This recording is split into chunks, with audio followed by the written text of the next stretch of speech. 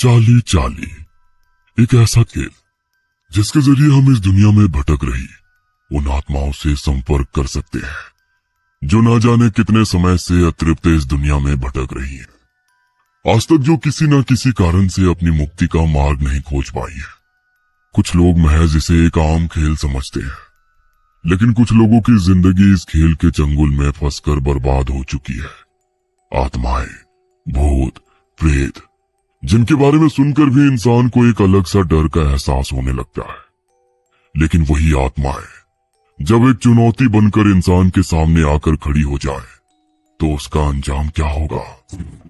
Peter, George, Daisy और Ruby चारों दोस्त अपने कॉलेज की लाइब्रेरी में बैठे थे। तभी पीटर लाइब्रेरी के एक शेल्फ में हिस्ट्री की एक बुक ढूंढने लगा।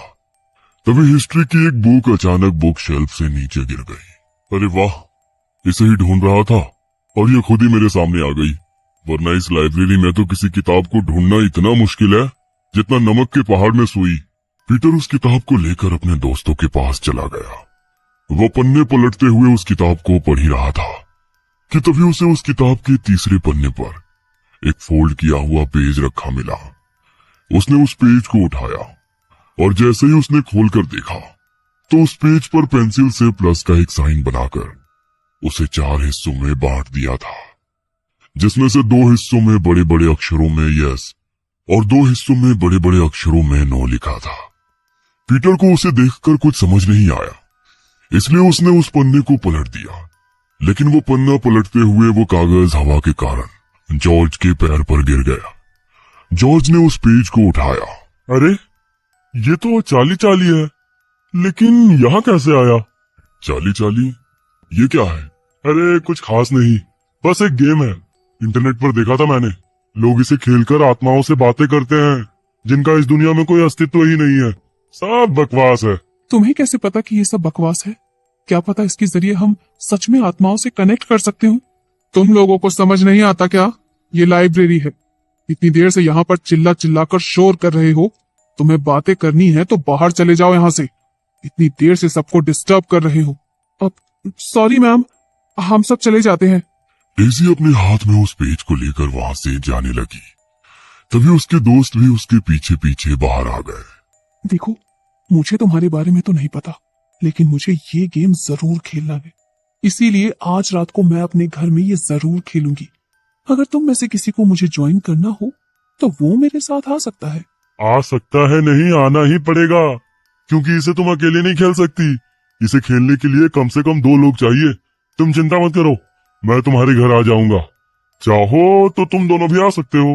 अरे डोंट वरी, कोई आत्मा तुम्हें अपने साथ लेकर नहीं जाएगी। हाँ पता है, आ जाएंगे हम भी। सब लोग कॉलेज से अपने घर के लिए निकल गए। रात को घड़ी में जैसे ही 11 बजे तो डेजी के घर का गेट नॉक हुआ। उसने दरवाजा खोलकर देखा तो उसके दोस्त आ चुके थे। वो सबको अंदर लेकर आई। डेजी ने सभी के लिए स्नैक्स बनाकर रखे थे।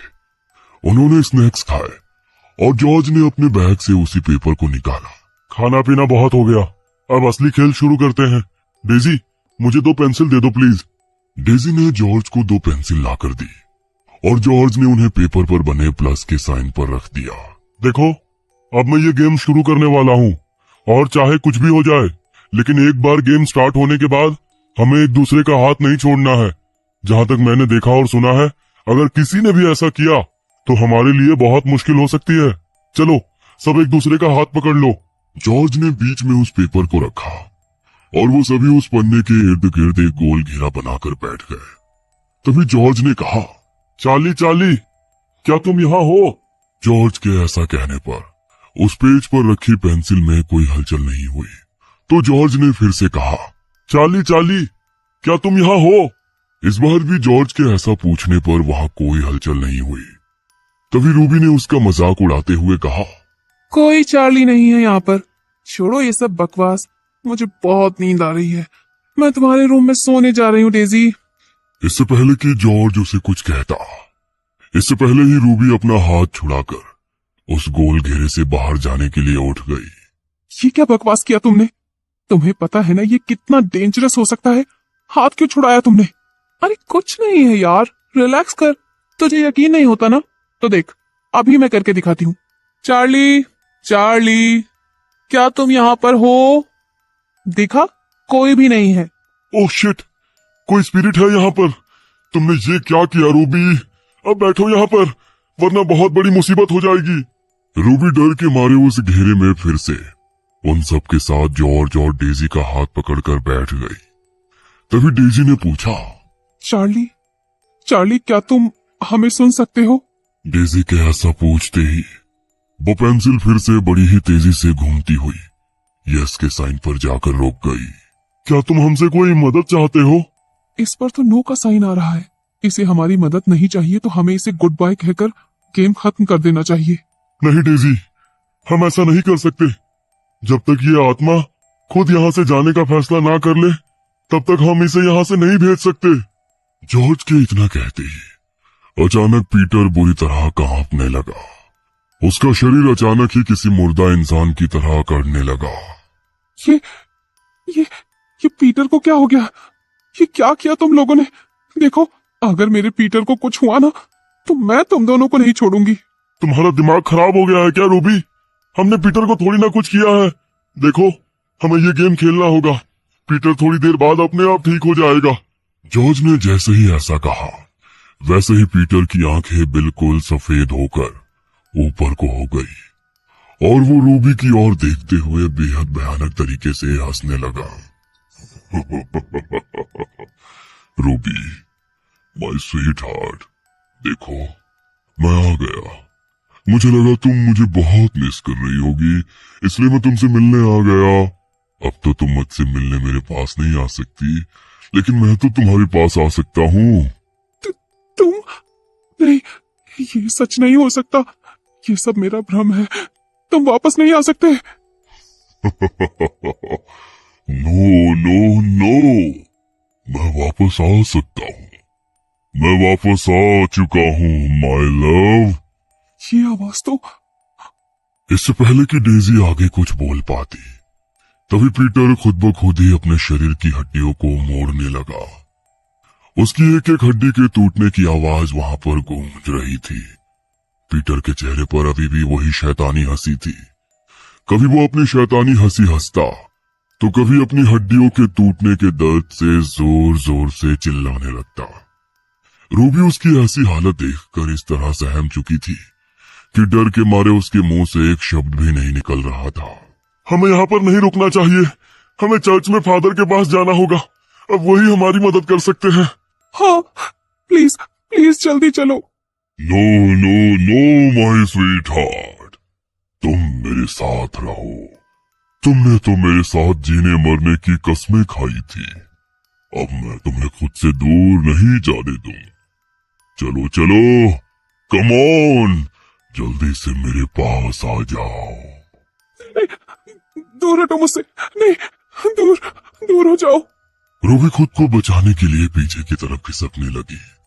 तभी पीटर अपने टूटे फूटे शरीर के साथ अचानक रूबी की ओर बढ़ा और एक ही झटके में उसे बड़ी ही तेजी से घसीटता हुआ घर के स्टोर रूम में ले गया। रूबी के चीखने की आवाजें पूरे घर में गूंजने लगी। वो मदद के लिए बेहद बुरी तरह चिल्ला रही थी। जल्दी करो जॉर्ज, हमें फादर के पास जाना होगा, वरना वो दोनों... घबराओ मत डेजी, उन्हें कुछ नहीं होगा। जल्दी चलो। वो दोनों ड्राइंग रूम की खिड़की के रास्ते से जल्दी से भागते हुए घर के पास वाले चर्च में पहुंचे। लेकिन जब तक वो दोनों वहां पहुंचे, तब तक फादर वहां से जा चुके थे। दोनों ने अपनी सुरक्षा के लिए चर्च में रखे होली क्रॉस के लॉकेट को अपने अपने गले में पहन लिया। उनके पास अब मदद के लिए कोई रास्ता नहीं था, इसलिए उन्होंने चर्च में रखे होली वाटर की बोतल को उठाया और जल्दी से घर आ गए। घर आते ही वो दोनों स्टोर रूम की तरफ गए, जहां पीटर रूबी को घसीटते हुए ले गया था। लेकिन उन दोनों ने जैसे ही स्टोर रूम का दरवाजा खोला, तो सामने का नजारा देखकर उनके रोंगटे खड़े हो गए। पीटर की तरह ही अब रूबी के शरीर की हड्डियां भी बुरी तरह टूट चुकी थी। उसकी आंखों की पुतलियां भी अब पूरी तरह सफेद पड़ चुकी थी। जॉर्ज ने उन दोनों को हाथ लगाकर देखा, तो दोनों ये दुनिया छोड़कर जा चुके थे। वो दोनों ही इस सदमे को बर्दाश्त नहीं कर पा रहे थे। जॉर्ज ने उनके घर वालों को इन्फॉर्म किया और अगले दिन उनकी डेड बॉडीज को कब्रिस्तान में दफन कर दिया गया। पुलिस ने भी इस मामले में अपनी इन्वेस्टिगेशन की, लेकिन पुलिस को भी उनकी मौत से जुड़ा कोई सुराग नहीं मिला। डेजी अपने बेडरूम में अपनी आंखों में आंसू लिए खड़ी हुई थी।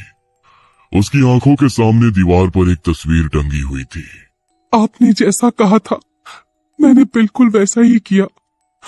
मैंने आपका बदला ले लिया भैया, ले लिया आपका बदला मैंने। दरअसल डेजी का बड़ा भाई स्टीव रूबी से बहुत प्यार करता था। वो उससे शादी करना चाहता था, लेकिन डेजी सिर्फ उसके पैसों के लिए उसके साथ थी। उसने स्टीव को बहुत बार बेवकूफ बनाकर उससे पैसे हड़पे और उन पैसों से वो अपने दूसरे बॉयफ्रेंड पीटर के साथ अय्याशियां करने लगी। पीटर रूबी के बारे में ये सब कुछ जानता था, लेकिन वो भी पैसों का भूखा था। रूबी ने स्टीव का बहुत फायदा उठाया, लेकिन एक दिन जब स्टीव को इस बारे में पता चला तो वो ये सब सह नहीं पाया और उसने अपनी जिंदगी को हमेशा के लिए खत्म कर दिया। अपने भाई के चले जाने के बाद डेजी बिल्कुल अकेली हो गई।